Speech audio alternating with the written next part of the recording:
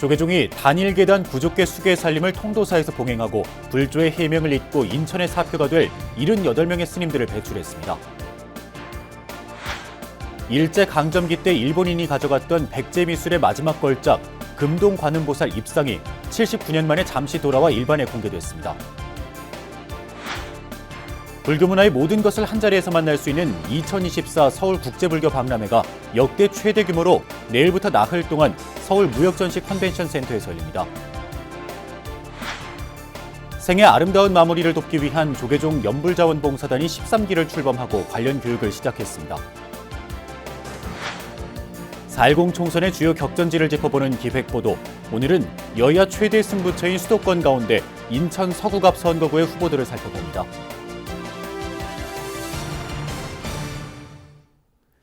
여러분 안녕하십니까? 4월 3일 수요일 BBS 뉴스입니다. 조계종이 불보종찰 통도사에서 단일 계단 구족계 수계 살림을 봉행해 불조의 해명을 잇는 78명의 비구 비구니 스님을 배출했습니다. 종정 중봉 성파 대종사는 계를 단단하게 지켜나갈 것을 강조했고 총무원장 진우 스님은 친근하고 지혜로운 중생의 벗이 되달라고 주문했습니다. 울산 BBS 박상규 기자입니다. 8박 9일간의 일정으로 영축총림 통도사에서 봉행된 조계종의 제44회 단일계단 구족계 수계살림.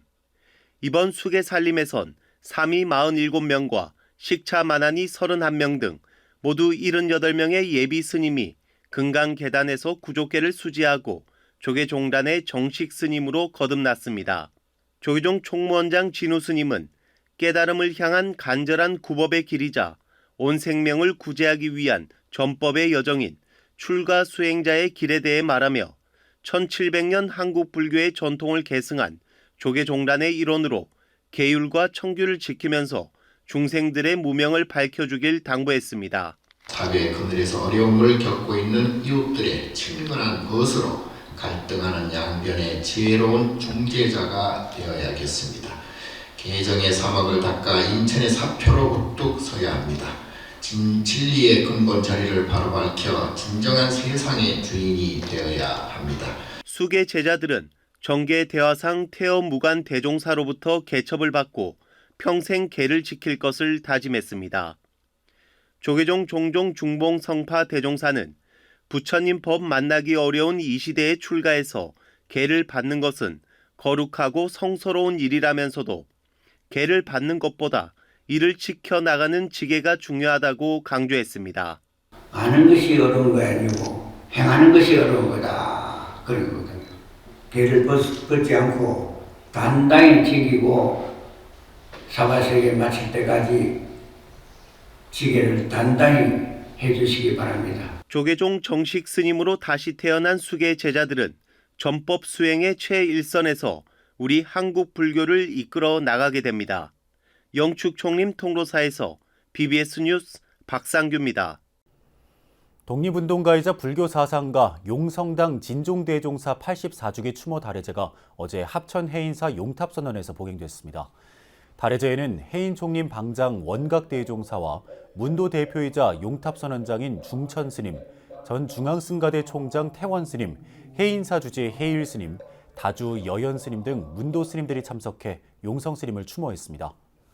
14살의 나이로 전북 남원 덕미람으로 입산한 용성스님은 해인사에서 화월스님을 은사로 정식 출가했으며 3.1운동 당시에는 만해스님 등 민족대표 33인과 함께 독립운동을 이끌었고 대각교 운동을 펼치며 불교 대중화와 민족 계몽운동을 전개했습니다. 너무나 훌륭하시고 저로서는 감히 우리를 볼 수도 없는 그런 거룩한 스님이신데 제자들은 거기에 10분을 100분을 따라가지 못하고 너무나 부끄럽게 생각합니다. 백제미술의 마지막 걸작으로 꼽히는 금동관음보살 입상이 일본 반출 79년 만에 잠시 돌아와 일반에 공개되면서 비상한 관심을 받고 있습니다. 정부 차원의 환수가 번번이 결렬됐던 이 백제미소불의 환지 본처가 이번 호암미술관 전시기간 진전을 이룰지 주목됩니다. 홍진호 기자입니다. 1907년 부여에서 발견된 백제시대 불상 2점.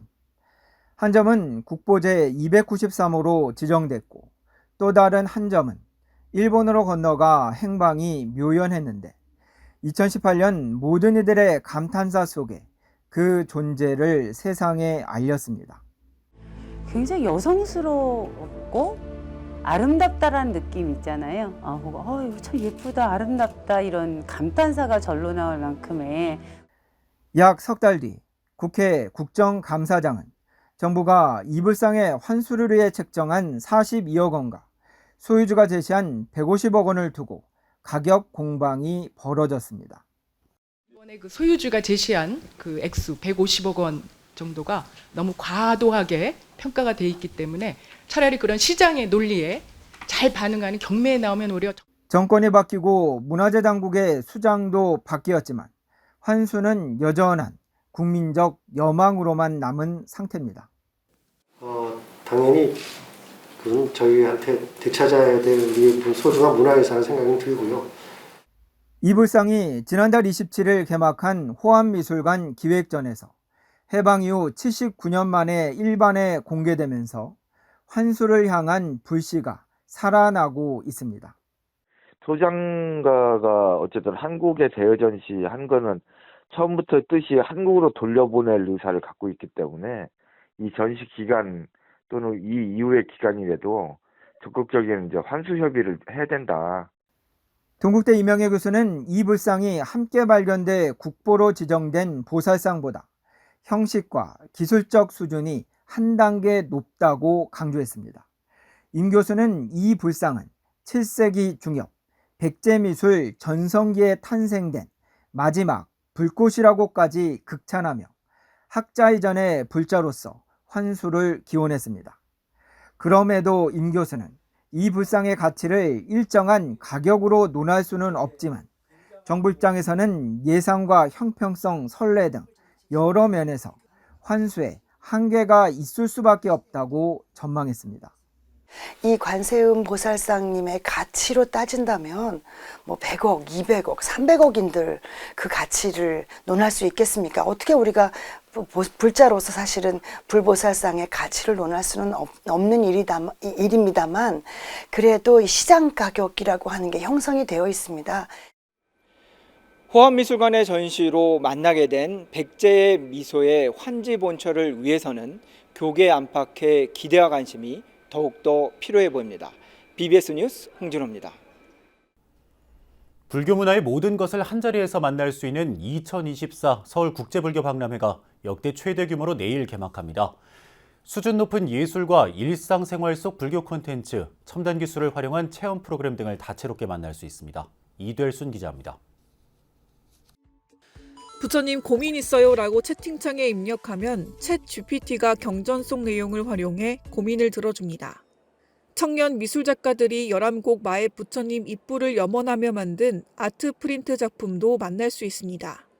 2024 서울국제불교박람회가 역대 최대 규모의 MZ세대부터 기성세대까지 아우르는 축제로 내일 막을 엽니다. 올해는 특히 재밌는 불교라는 슬로건을 내걸면서 종교를 신앙과 함께 즐거움의 대상으로 접근하는 MZ세대 감성을 공략합니다. 젊은이들이 관심을 많이 가질 수 있는 이제 챗GPT 이런 것을 이용해서 상담을 하는 그런 상담을 할 수 있고 또 재밌게 좀 접근할 수 있게 하고. 박람회에서 조계종 미래본부는 11곡 마의 부처님 바로 모시기 특별전으로 관람객들의 시선을 이끌 예정입니다. 작가들의 개성이 담긴 작품을 선보이며 관람객들이 남산 11곡에서 마의 부처님을 직접 마주하는 듯한 기분을 느낄 수 있습니다. 또 올해는 예년과 달리 이른바 양방향 관람으로 관객들과 함께 어우러집니다. 작년에는 이제 조금 이제 그냥 단순히 이렇게 보여주는 어떤 그런 일방적인 어떤 원웨이식 어떤 그런 전시였다면 이번에는 이제 상호 교차할 수 있는 투웨이식 어떤 그런 질문도 하고 답변도 하고 마치 자기가 궁금한 것을 있으면 물어보고. 여기에 선명상 체험 프로그램을 통해 일상 속 스트레스를 해소하고 불안과 긴장을 완화하는 체험 활동을 현장에서 즐길 수 있습니다. 선명상 보급과 세계화에 앞장서고 있는 조계종 총무원장 진우 스님이 마음 챙김을 주제로 MZ세대와 이야기를 나누는 세대 공감 토크 콘서트도 관심을 모을 전망입니다. 500명 정도 되는 젊은이들을 이제 초대해서 직접 이제 원장 선생님이 나가서 선명상에 대해 가지고 강연도 해주시고 또 토크쇼도 해서 뿐만이 아니라 불교 미술의 정수를 한자리에 모은 붓다 아트페어가 운영돼 회화, 조각, 설치, 미디어 등 전통에서 현대에 이르는 다양한 작품을 눈앞에서 감상할 수 있습니다. 단순히 그냥 박람회 물건을 보러 간다는 이런 개념이 아니라 새로운 불교의 콘텐츠들을 체험하고 직접 이렇게 참가한다는 개념으로 함께 해주시면 좋겠습니다. 2024 서울국제불교박람회는 내일부터 7일까지 서울 강남구 대치동에 위치한 서울무역전시 컨벤션센터에서 열립니다. BBS 뉴스 이도혜순입니다. 경북 영천 충효사가 지난달 30일 영천댐 일대 백리 벚꽃길을 따라 달리는 마라톤 대회를 열었습니다.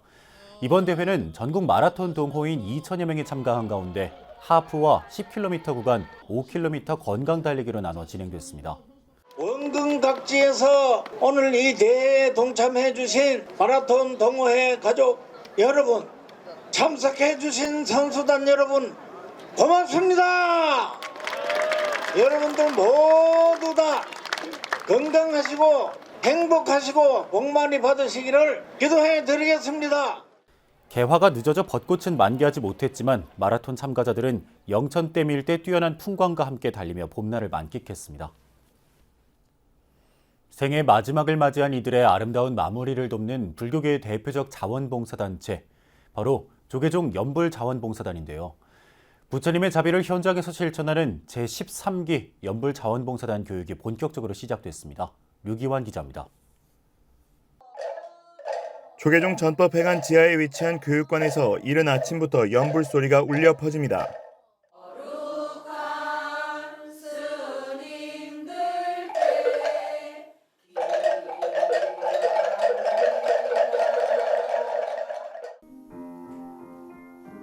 지도법사 스님의 건반 연주에 맞춰 조가를 따라 부르는 이들은 조계종 연불자원봉사단 13기 교육생들.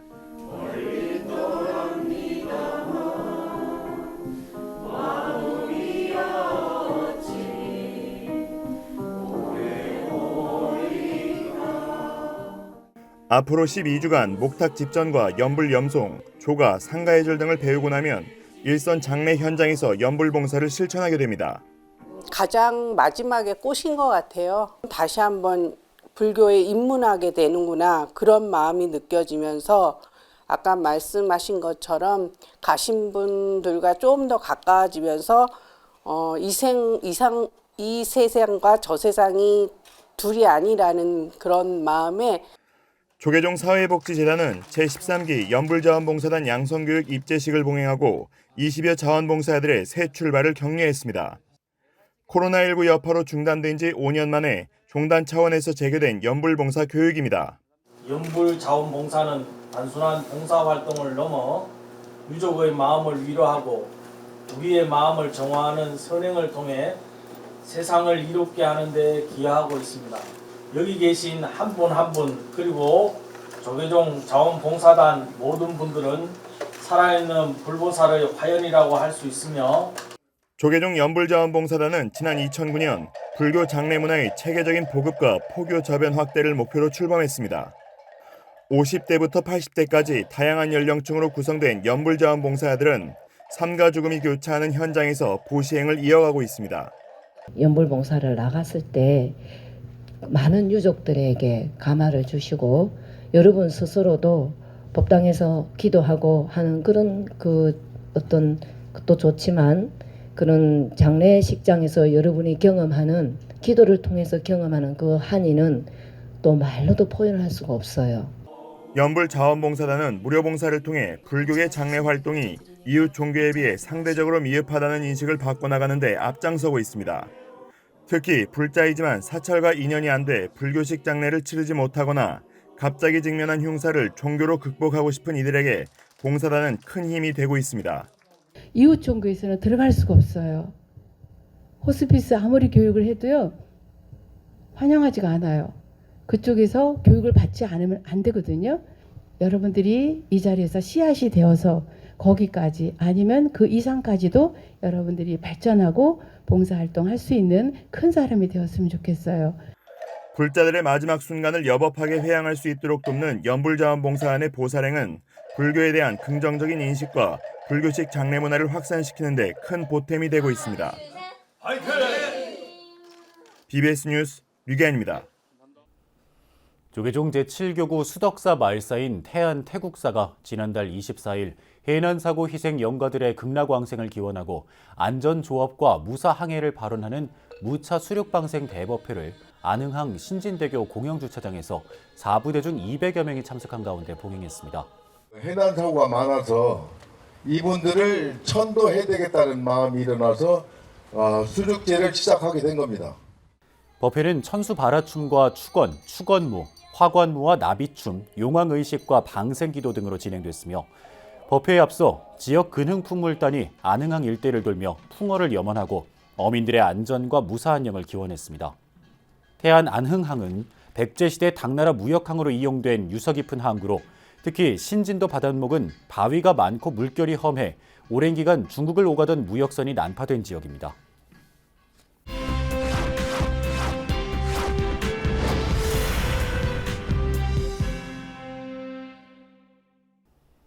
22대 총선을 일주일 앞두고 여야는 최대 승부처인 수도권에 당력을 집중하고 있는데요. BBS 뉴스 총선 기획, 오늘은 현역 의원인 더불어민주당 김교흥 후보의 국민의힘 영입인재 1호 박상수 후보가 도전장을 내민 인천 서구갑 선거구를 찾아갑니다. 이현석 기자입니다. 인천 서구갑의 대표적 신흥주거지인 루원시티입니다. 최근 도시개발 사업으로 조성된 이곳을 제외하고는 서구갑 대부분이 낡고 오래된 구도심이라는 게 특징입니다.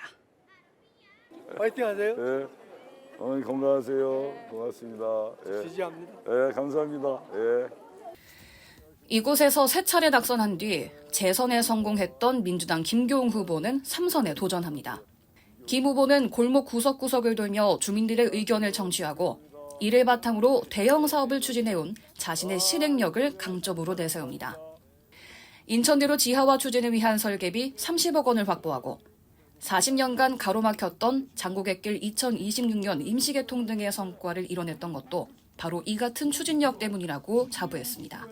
김 후보는 지난 4년간 공들인 원도심 개발 사업들을 제대로 마무리 짓고 싶다고 밝혔습니다. 시작도 김교기가 했으니까 마무리도 김교기가 할 수 있게끔 해달라고 우리 주민들에게 호소하고 있습니다. 또 이번 선거가 위기의 대한민국을 바로 세울 기회가 될 거라며 정권 심판을 재차 띄웠습니다.